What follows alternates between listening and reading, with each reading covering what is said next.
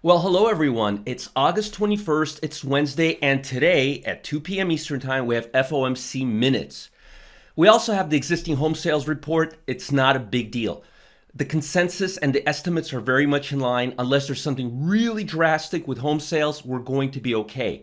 The big report is FOMC minutes. Why?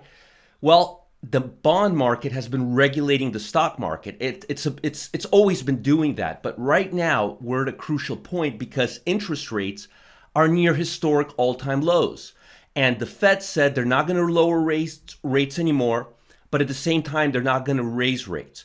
Now, what Jerome Powell is thinking is very, very important because he has a tendency to go back on what he says sometimes. All Fed chairmen do. It's not a big deal. But we got to watch what he says very, very carefully today because it could have a major impact on the market. Now, if he says economy's not that weak and the rates are going to stay where they're at right now, I'm expecting the market to go a little softer. If he says there's a slight chance that he may lower rates again, the stock market and the bond market are going to rally.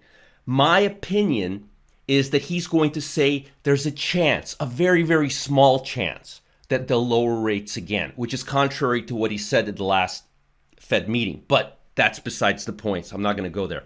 So again, unless there's a major, major shift in his opinion, and he goes from we're going to lower rates again, and the economy is slowing down, so we're going to have to do something about it. Unless he talks that way, don't expect too much upside from the market. Now, that's the dynamic of today's meeting. Now let's look at the charts.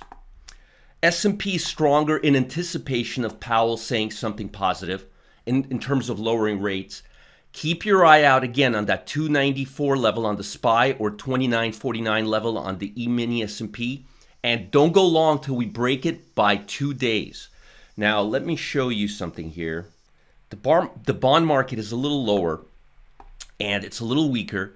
And again, it just depends on what Powell says. If he says interest rates are going to go slightly lower, all right, remember, interest rates on bonds are inverse. They're inverse to each other. If he says interest rates are going to go lower, bonds are going to go higher, all right? Bonds are going to go higher and probably hit above 150 on the TLT, right over 149-ish, 148.95 area. Keep your eye on that.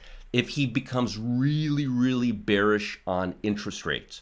If he says economy's strong, there's no reason to lower rates, we may even raise rates in the near future, then look for the bond market to head towards the 50-day moving average. Again, it just depends on what he's going to say. Keep in mind that bond market and interest rates are inverse to each other, okay? They're opposite to each other.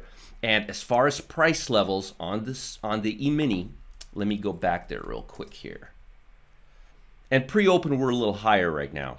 And we're expected to open up about 291-ish, right around this area right here. So again, keep your eye out on that 294 level. If the market tanks, keep your eye out on the 200-day moving average. The odds are we're going to stay between, let me lower the view on this chart. The odds are we're going to stay in this area here for a little bit longer. There's a good chance we may tip the 50-day moving average and then come back down. So be careful. Don't go long just because we're above the 50-day moving average. Wait for 2 days completely above the 50-day moving average, kind of like what you see right here. All right? Till you see that, you don't want to go long just yet. You need a confirmation. You see how we clipped the 50-day moving average here and almost did it here again? Don't let that happen to you because every time we've clipped it, we've come back down. And market sentiment is not that strong right now. Internally, only about 50% of stocks are trading above the 200-day moving average. So again, markets look much stronger on a chart than they look internally right now. And I want you to be mindful of that. Now, is this a long-term prognosis? No, I'm only talking the next couple of days. This may change over the next couple of weeks or months, but right now, markets are vulnerable. They're slightly fragmented, and be very careful of getting stuck at this 50-day line. Hope that helps. Talk to you tomorrow. Take care, guys.